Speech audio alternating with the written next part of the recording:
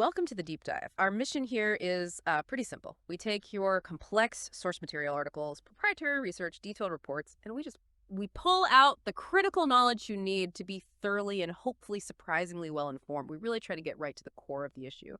And today we are analyzing an institution that, many of us interact with every single Sunday of the National Football League. But we aren't here to talk about bracketology or, the latest coaching hires.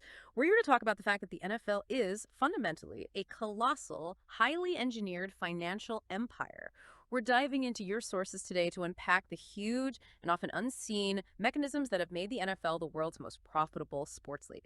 The big question we're tackling, and really the core conflict of this deep dive, is this. How did the NFL become this financial behemoth worth over $140 billion, and why, despite all that staggering wealth, are cities still paying billions in public funds to build and maintain its infrastructure? It's a truly fascinating study. It really sits right at the crossroads of American culture and commerce.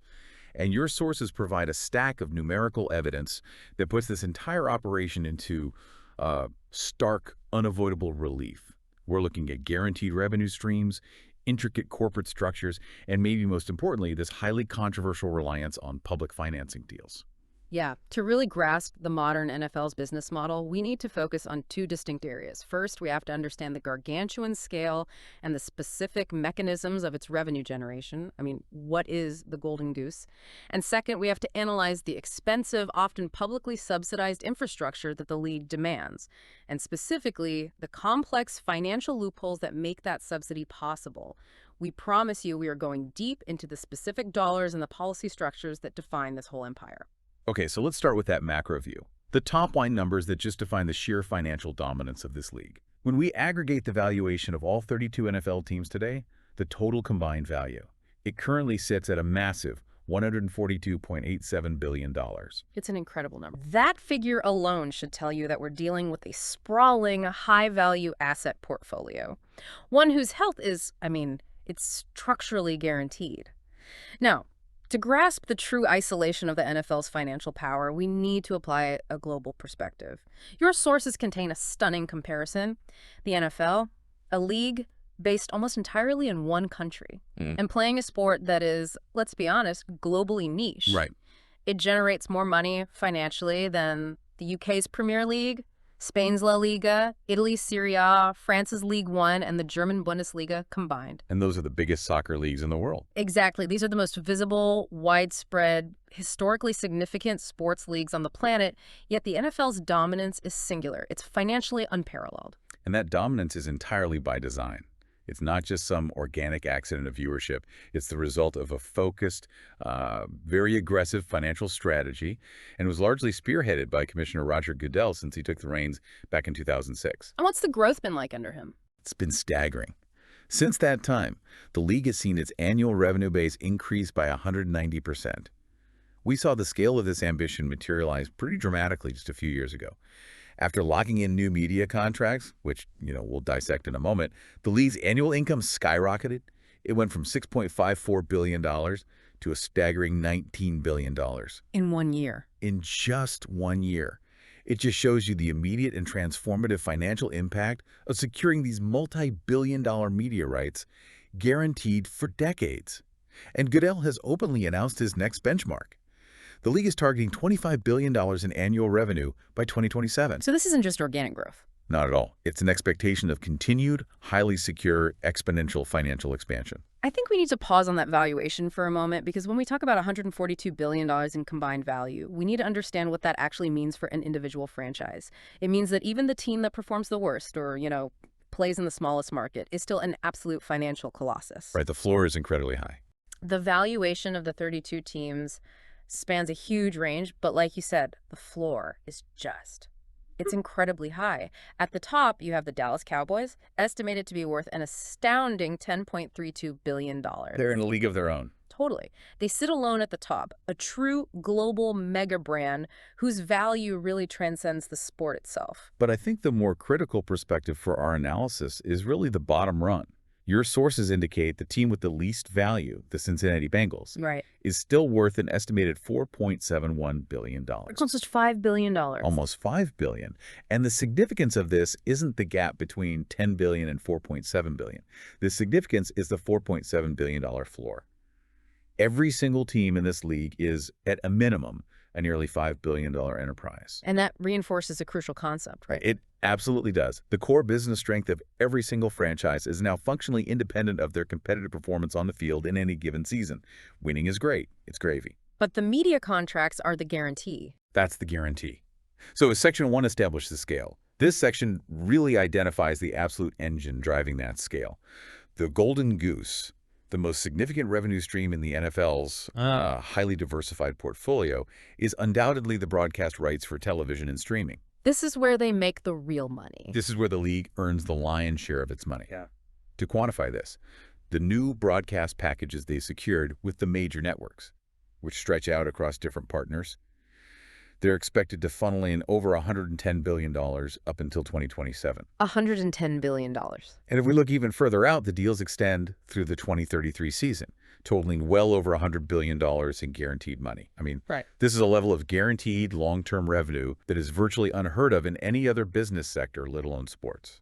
And the reason networks are willing to shell out these just astronomical figures, it comes down to one fundamental concept in the modern media landscape: scarcity and synchronous viewing. Exactly. In an era of cord-cutting and on-demand streaming and audience fragmentation, live NFL programming remains one of the very last bastions of mass synchronous viewing. Everyone watching at the same time. People tune in at the same time every week, and they cannot skip the commercials. That's the key. The Super Bowl is the perfect example of the scarcity. I mean, it consistently ranks among the highest-rated television broadcasts in U.S. history year after year.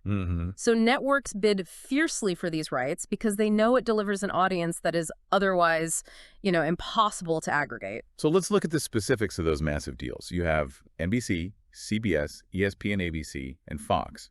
They all pay about $2 billion each annually for their exclusivity rights. $2 billion a year from each network. From each one. Right. For instance, NBC holds the rights for Sunday Night Football, which is consistently the highest-rated primetime show on television. And the terms ensure that these 4 broadcast networks annually rotate the Super Bowl rights, which guarantees that every major traditional network gets a slice of that incredibly lucrative pie.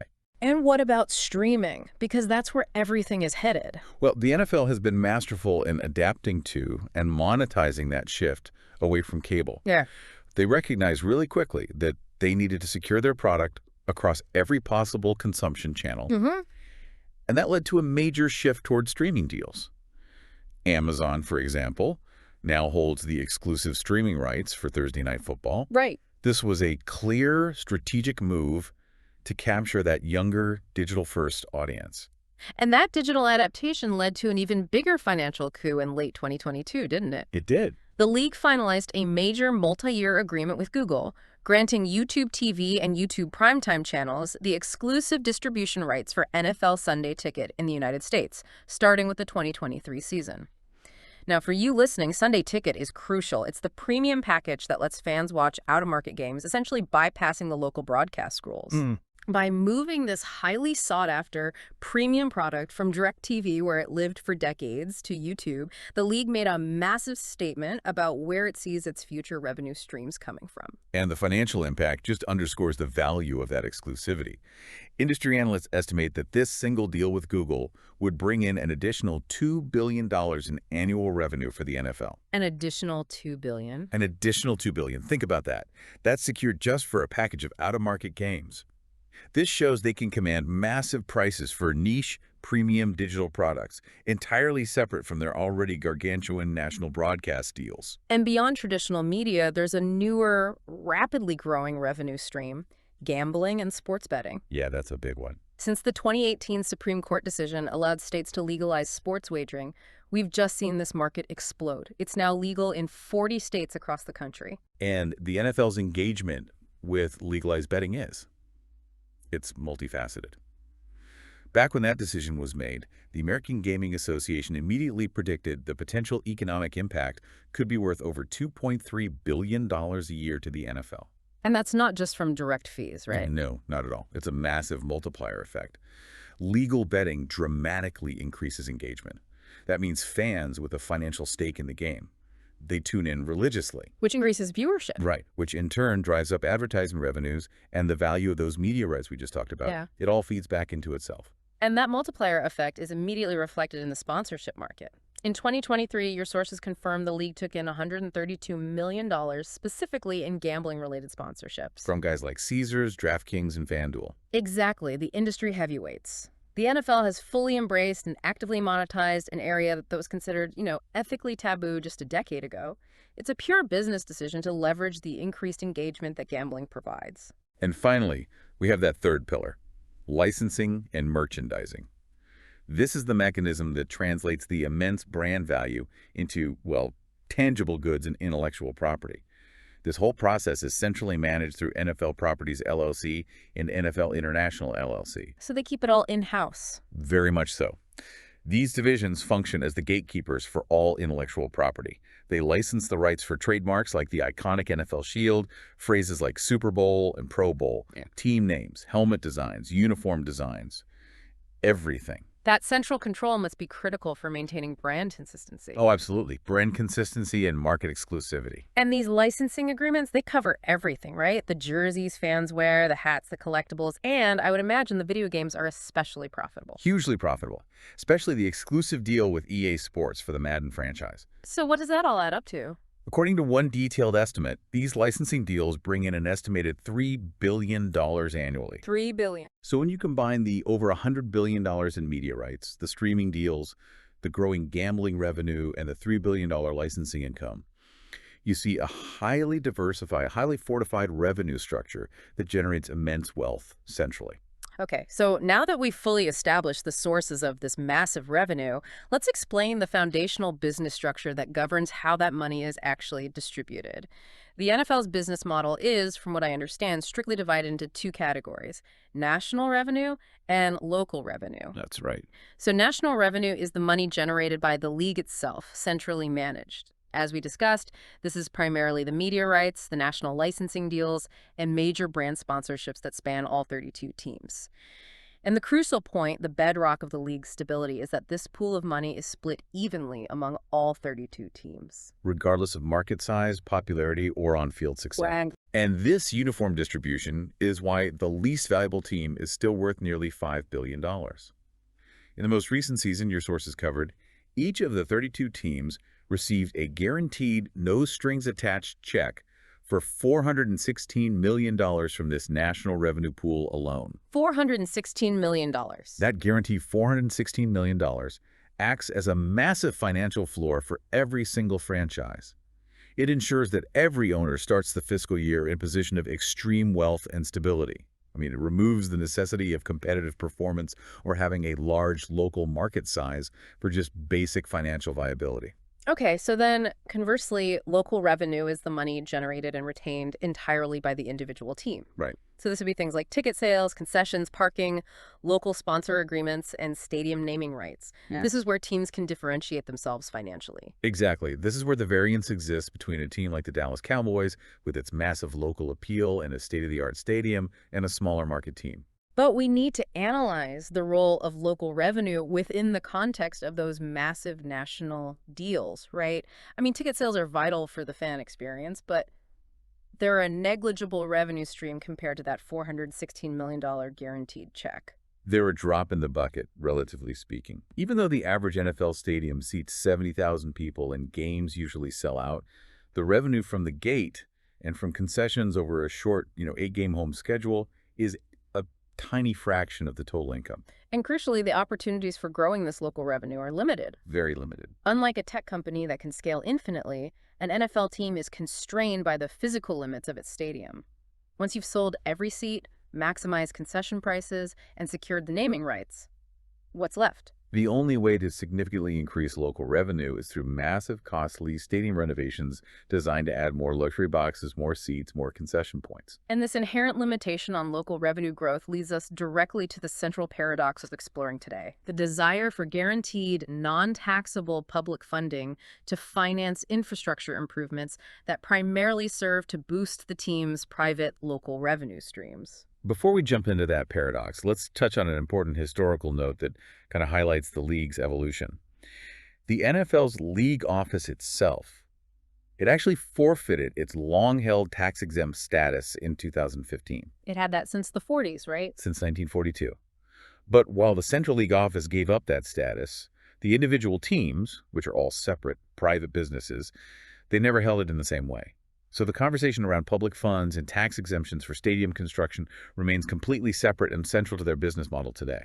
And to really peel back the curtain on this revenue structure and maybe see a different path forward, we need to focus on a unique case study, the Green Bay Packers. The only publicly owned nonprofit team in the league. Exactly. And because they're structured as a nonprofit community organization, their financial reports offer this rare, clear insight into the breakdown of national versus local revenue. Right, they have to open their books. For instance, in 2021, the Packers received $347 million from the National Revenue Pool. If you extrapolate that across the league, you get that huge total we discussed earlier. But on the local revenue side, which included ticket sales from hosting over 600,000 fans, the Packers generated an estimated $231.7 million. And that local revenue figure also included the unique financing mechanism they employed for stadium upgrades, a stock sale to fans. This non-traditional sale generated $64.7 million from hundreds of thousands of individual fan shareholders. So this is critical. It is. Because they're publicly owned, the Packers are uniquely positioned to rely on this specific type of shareholder funding for their stadium upgrades and renovations. It allows them to circumvent the public funding issues that plague the other 31 teams. But here's the fascinating twist that really defines the community-first nature of this team. That stock has no monetary value. None at all. It can't be traded on an exchange, it pays no dividends, and it's literally just a certificate that grants you voting rights to attend the annual meeting. Which fundamentally differentiates the investment from traditional finance. For the fan, the investment is a declaration of allegiance. It's an investment in identity, in community ownership, and emotional attachment. It's not about any monetary return. So that shareholder pool is essentially a massive, private, community-based endowment that allows the nonprofit organization to reinvest in the stadium without relying on the public funds that almost every other privately held team demands. It shows that an alternative community-funded pathway actually exists. Which brings us squarely to the central conflict that defines the NFL's relationship with American communities.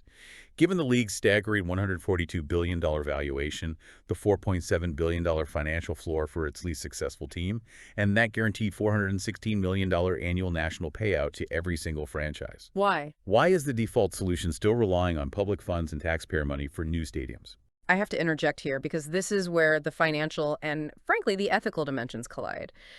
Given that $416 million guaranteed check from the National Revenue Pool, how is it economically defensible for team owners, who are already billionaires, to demand subsidies like the $1.26 billion recently committed in public funds? I mean, what is the stated rationale and the sources for that specific amount? The stated rationale is complex, but, boils down to two things: leverage and the claimed benefit of spillover gains, which we can discuss. But first, let's just absorb the scale of this public investment. Since the year 2000, subsidies for financing major professional sports venues have cost U.S. taxpayers an estimated $4.3 billion. $4.3 billion. And the mechanism used for the vast majority of those deals is the tax-exempt municipal bond. Your sources confirm that 75% of new stadiums built in recent decades utilize this exact mechanism. And we're seeing these commitments grow exponentially. The Tennessee Titans' new stadium in Nashville, which has a projected cost of $2.1 billion, is setting a record. A massive $1.26 billion of that cost will come directly from public funds. This is officially the most public money ever committed to a single NFL stadium project. And that new record broke the previous one, which was set just a year prior by New York State, committing $850 million in public funds to the Buffalo Bills' new Orchard Park Stadium. Wow. The sheer magnitude of these numbers, committed by cities where the median income is often modest, it demands a critical examination of the financial justification. So from the lender's perspective, why are these municipal bonds for stadiums seen as such low risk? Well, it's pretty simple. As your sources bluntly state, football is a cartel. It's not going to go out of business anytime soon. But let's clarify that term cartel for our listeners. Sure. When economists and financial analysts refer to the NFL as a cartel, they mean it operates as a centralized, non-competitive market structure. Doesn't mean it's illegal. It means the 32 owners collectively control the supply of the product. They negotiate media deals collectively. They set rules on franchise location collectively, and they share revenue equally through that national revenue mechanism. So that centralized control guarantees immense stability. And profitability, which makes any associated debt, even public debt backed by a city, highly, highly secure. And that guaranteed stability feeds directly into the owner's argument, this idea of spillover gains. Right. Owners argue that building a new state-of-the-art stadium is a civic investment that creates economic growth and provides an indirect positive economic impact through tourism, job creation, and increased tax revenue. However, this is where the vast majority of independent economists and urban planners, they diverge sharply from the league's claims. If you look at the comprehensive nonpartisan research, studies consistently conclude there's little to no evidence that the claimed spillover gains actually outweigh the eventual tax burden placed on the local community. They argue that investing public money in stadiums is simply not the best return on investment. Exactly. So we need to explain why economists disagree so vehemently. It often comes down to two major overlooked effects: displacement and leakage. Right. First, the displacement effect argues that spending on NFL games doesn't represent new economic activity. It simply displaces existing local entertainment spending. So if a fan spends $100 on a ticket and concessions, That's $100 they didn't spend at the local movie theater or the local restaurant or a local concert venue. The city's total economic activity remains largely the same, but the spending is just redirected to the team. and second, there is leakage. The vast majority of profits, team owner income, executive salaries, and critically player salaries do not stay in the local economy. They leak out. They leak out, often going to high net worth individuals who live outside the city or state for most of the year. So the public pays for the infrastructure, but the profits generated by that infrastructure leave immediately. And this leads to the counter-argument rooted in opportunity cost. When a city commits over $1 billion in public funds and prime land for a stadium, that money and land are now unavailable for other, potentially more productive public projects. Like repairing roads, building schools, enhancing hospitals. Right. But because of the unique way these stadium deals are structured, the stadium is allowed to take advantage of the federal tax exemption, cementing the public suboptimal investment. Okay, let's unpack this highly technical but absolutely crucial structure. This is where we break down the precise mechanism of how a multi-billion-dollar private enterprise accesses low-interest, tax-exempt public bonds intended for public goods. It all starts with state and local governments issuing municipal bonds. Historically, these bonds have been the foundational financing option for necessary public projects: airports, water systems, schools, hospitals. And the reason these bonds are attractive to investors is because the interest income they generate is often exempt from federal income tax, and sometimes state and local too. That tax exemption is the public subsidy. By making the interest tax-free for the investor, the government can offer the debt at a significantly lower interest rate than a taxable private bond. So it lowers the burden for the city or state? Exactly. Yeah. It lowers the burden of high debt for the entity issuing the bond. The ability for private entities like NFL teams to access this highly subsidized money traces back to a pivotal moment in tax history: the Tax Reform Act of 1986. Signed by President Reagan. Right. And the core intention of this massive bill was to simplify the tax code and, critically, to restrict the use of these tax-exempt bonds for private-use projects, including stadiums. But legislative language is a minefield. It really is. Instead of successfully outlawing the use of tax-exempt bonds for stadiums, the bill inadvertently created a loophole that allowed stadiums to qualify, provided they followed a very specific financial structure. And that structure centers on something called the 10% private payment test. This test is the key to the entire paradox. It is. For a bond to maintain its federal tax-exempt status, and therefore its low interest rate, the test dictates that no more than 10% of the bond's debt service can be paid by revenues generated from the stadium itself. So wait, the repayment cannot come directly from revenues collected by the team, like ticket sales or parking fees. Or even stadium rent paid by the team. None of that can account for more than 10% of the debt repayment. So that creates a massive perverse incentive. A huge one. If the local government is willing to finance the remaining 90% or more of the bond's debt service through other means money completely separate from the stadium's immediate financial performance, the project technically fails the private payment test. And the stadium qualifies for the federal tax exemption. Securing that highly desirable, low-interest public financing. And this is the central financial extraction mechanism. The public provides the tax-exempt infrastructure financing, but the team's local revenue streams, all those ticket sales, concessions, and local sponsorships, are entirely freed up. They flow directly and completely back to the private organization. Since they legally cannot be used to pay back the public bonds. So if the city can't use stadium revenue, how do they pay for the 90%? Cities almost always rely on existing general tax bases. They often target tourists because that's politically easier than raising taxes on residents. The mechanism of choice is often hotel taxes, room taxes, or rental car taxes. Let's examine the Chicago Soldier Field renovation as a classic example of this model. Back in 2001, the renovation cost was $587 million. Yeah. The team in the NFL paid $200 million. Okay. The remaining $387 million was financed entirely through public municipal bonds. These bonds were backed by increased tourism taxes on Chicago's hotels. And what does that look like today? Well, crucially, due to compounding interest and refinancing over 2 decades, the city currently owes $640 million on that initial $387 million obligation. Wow. So the public debt obligation has ballooned substantially. Yes, and it's financed by a dedicated tourism tax stream that has struggled to keep pace with the repayment schedule. Now compare that to a different structure, Las Vegas's Allegiant Stadium, which hosted the Raiders move. Las Vegas publicly committed $750 million, also financed through a dedicated room tax strip. A highly effective mechanism in a tourism hub like that. The Stadium Authority technically owns the stadium and leased it to the Raiders for essentially no cost. But is Vegas positioned to recoup that investment? That's the key difference. While the public cost was massive, Las Vegas is uniquely positioned to recoup its investment through ancillary tax generation. They collect about $50 million annually through the rent tax, primarily paid by tourists. However, the true benefit for the city, as noted by the Stadium Authority, comes from the new tax revenue generated by the venue itself. These things like live entertainment taxes, ticket taxes, sales tax on everything purchased around the venue, payroll taxes from stadium employment, all of that.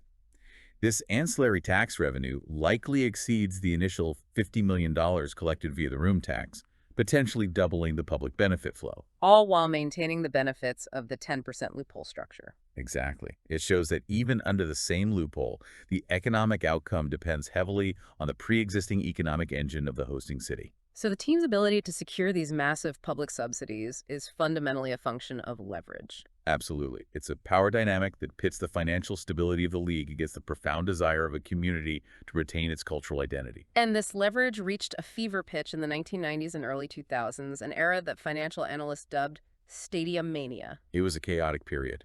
During this time, the NFL saw 4 teams relocate entirely, and 4 new expansion teams were added. And almost all of these projects were financed heavily, or mostly, by the public purse. Which just proves how effective the threat of relocation is as a negotiating tool. In teams, even the wealthiest ones, commanding hundreds of millions in annual revenue, actively weaponize that threat. It's concrete, not abstract. Your sources revealed that during negotiations for the new Orchard Park facility, the Buffalo Bills organization reportedly floated rumors of moving the team to high-growth, underserved markets like Austin, Texas, if they didn't receive public funding. And the threat worked. The team stayed in Buffalo, but the state committed $850 million in public funds. This just highlights the reality. The threat of loss, the loss of cultural identity, the loss of those rare local revenue streams is far more powerful in negotiations than the financial arguments for economic return. Teams can also use their leverage locally, pitting multiple jurisdictions against each other. Even within their home region, a team can try to launch a bidding war between local counties or city councils over the exact stadium location. Which leads to a race to the bottom. That's what it's commonly referred to, a race to the bottom for subsidies, where competing jurisdictions fight to offer the most financially advantageous and usually publicly funded deal, eroding their own tax bases in the process. But there has been pushback, right? There has. Recognizing the economic distortion caused by this loophole, legislative efforts to combat the practice of public stadium subsidies have become a surprisingly consistent bipartisan issue since the mid-2010s. Both sides of the aisle have expressed shared interest in closing that 10% loophole. And this isn't a new fight. We've seen multiple targeted attempts to legislate against this practice. In 2015, the Obama administration proposed removing the 10% loophole specifically for sports and other private use projects as part of its budget proposal. Then in 2017, you had Senators Cory Booker, a Democrat, and James Lankford, a Republican, introduce a bipartisan bill explicitly outlawing the use of tax-exempt bonds for professional sports venues. And that same momentum continued later in 2017 when the Trump administration proposed eliminating tax-exempt bonds for NFL stadiums entirely as part of its tax reform package. So the motivation was clear across the political spectrum. Yeah. Why should the federal government subsidize billionaire owners? And most recently, in 2022, Representative Earl Blumenauer introduced the No Tax Subsidies for Stadiums Act. But despite this repeated bipartisan push across multiple administrations and legislatures, your sources confirm the frustrating reality. None of these legislative attempts ever came to law. And no meaningful progress has been made on closing this loophole. The structural ability of this massive, wealthy private league to secure billions in public funding remains intact and unchallenged. Why? Why does it keep failing? Well, the failure to legislate against this practice ties directly back to our initial point about leverage the fan element. Fan bases and NFL teams are intrinsically linked by shared civic identity and pride. A team often embodies the city's persona. And those diehard fans become powerful advocates. Exactly. They lobby local and state governments to keep the team in town. They are willing to absorb the financial hit, however painful the debt may be, just to secure that collective identity and the emotional connection to their team. So that cultural significance is the ultimate leverage. It's the ultimate leverage the league holds over the cities that house them, and it neutralizes even bipartisan political will. Okay, so what does this deep dive into the numbers and policy structures mean for you? We've established, first and foremost, that the NFL is not simply a sport. It is a massive, highly successful private cartel whose profitability is overwhelmingly dominated by guaranteed multi-billion-dollar media rights. That national revenue is the core financial source, securing a minimum of $416 million annually for every single franchise, regardless of their performance or local market size. Secondly, we discovered that the league leverages its immense cultural significance and the emotional threat of relocation to secure billions in publicly funded infrastructure through a complex, engineered loophole, the 10% private payment test. And this mechanism successfully shifts infrastructure costs away from its wealthy private owners and onto the public, often via those politically expedient hotel and tourism taxes. And I think this is the most important financial takeaway. Yes. Because of that 10% loophole, the money generated by the stadium itself, the team's lucrative local revenue from tickets and concessions, is legally separated and cannot be used to pay back the public bonds. Right. That means the team's local revenue goes directly back into the private organization, while the city remains saddled with decades of debt. And while we've focused intensely on how the NFL generates and protects its immense wealth, it is essential to remember that the league faces significant challenges that could eventually impact its financial stability and public perception. Absolutely. These challenges include the rising costs of acquiring and retaining pricey star power, ongoing controversies surrounding player brain injuries and concussion protocol, accusations of discrimination in financial settlements, and recent scandals concerning player gambling violations. These issues present a moral and reputational cost that may eventually collide with the immense financial power structure we've detailed today. And that brings us to our final provocative thought for you to consider. Given the immense guaranteed financial power the NFL holds over a community, what is the true cost financial, social, and moral thought that communities are willing to bear to secure their collective identity through a professional sports team? You have seen the numbers. What is the price worth keeping your team home?